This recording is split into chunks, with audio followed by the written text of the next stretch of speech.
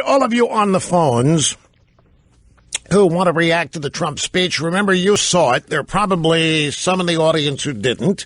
So I'm going to play some sound bites from the Trump speech, and then we'll go to the phones. It'll be in the next hour. But don't hang up. If you're on hold, hang on. We're going to get to you.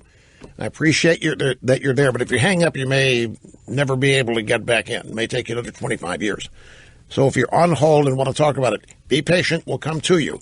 We're just going to start randomly here in order. And, Trump said a lot of things. Have you heard politics of personal destruction? You've heard that statement, the politics of personal destruction. Well, Trump turned that around, and the politics of personal profit is how he described Mrs. Clinton. Look at these phrases. The shorter, the brief, brevity is the soul of wit. These are the kinds of things that permeate. These are the kind of things that connect with people. Not these long, detailed, intellectual exercises in explaining Whitewater and how the Clintons did this and did that. You just go to the nature of the behavior in as few words as possible. Politics of personal profit. Since so many people think the game's rigged already, so many people think, and by the way, it is. I'll give you an example. A great example I heard poor old Denny Hastert. Denny Hastert was a coach and a teacher at a high school. Then he goes and gets elected to the House of Representatives. He retires after being speaker for a while. I don't know how many years he was in the House, but whatever number, he made $150,000 to $160,000 a year. And yet, he was sued. He settled the lawsuit for something like $6 million. Now, how does somebody making no more than $150,000, $160,000 a year have enough money to settle a $6 million lawsuit? Harry Reid, another example, goes to Washington, a pauper, and is now a major landowner and baron in Nevada. I mean, everybody instinctively knows this. They just think there's nothing anybody can do about it. But here now, as part of a presidential campaign, a person who is as guilty of this kind of corruption as anybody ever has been called out on it. Here we go. This is Trump. Hillary's a first-class liar. She's a world-class liar. Just look at her pathetic email server statements or her phony landing. Or her phony landing in Bosnia, where she said she was under attack, and the attack turned out to be young girls handing her flowers, a total and self-serving lie. Brian Williams' career was destroyed for saying less. Yesterday, she even tried to attack me and my many businesses. But here is the bottom line.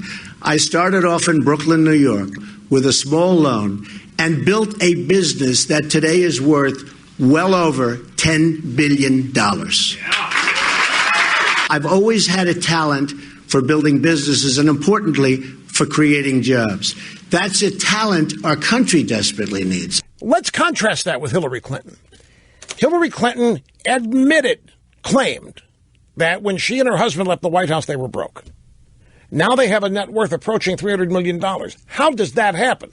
Hillary Clinton has never created a single job other than the government jobs of the staffers that work for her. She doesn't know the first thing about a private sector business other than being in the Rose Law Firm. I mean, okay, so I don't care if Trump had $100 billion. He's earned it. He's had a job. There are ways you can track what he has earned. The Clintons don't want to admit how they've earned their money. They love to brag about their wealth, but how they making speeches? $750,000 for one speech from a firm that now has close ties with Mrs. Clinton as a Secretary of State and potentially as president. $750,000 for one speech. Now I was watching some, it was Brad Sherman, Democrat in California. He was being asked about this. He was being asked about the Clinton speech income on CNN. How in the world can somebody get that rich? How do you make $21 million in 2 years making speeches? Who else can do that? The Clintons ought to be a prime target. If you have questions about how people earn their wealth, for crying out loud, The Clintons have a way of doing it that virtually nobody else could parlay. So Brad, his name is Sherman, I forget what, he said, well, that's nothing. You know, Ronald Reagan made $2 million for one speech. I think, $2 million.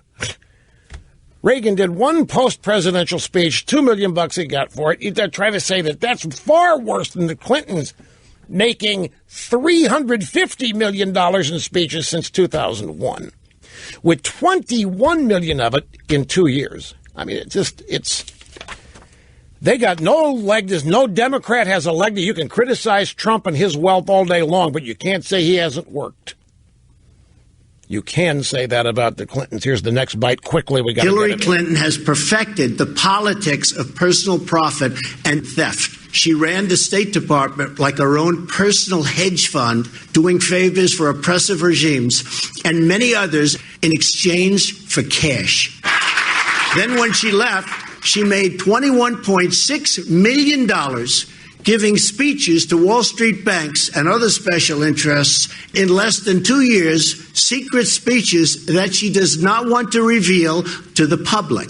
Together, she and Bill made $153 million giving speeches to lobbyists, CEOs, and foreign governments in the years since 2001. They totally own her, and that will never change if she ever became president. Right. They own her. We'll be back. Don't go away.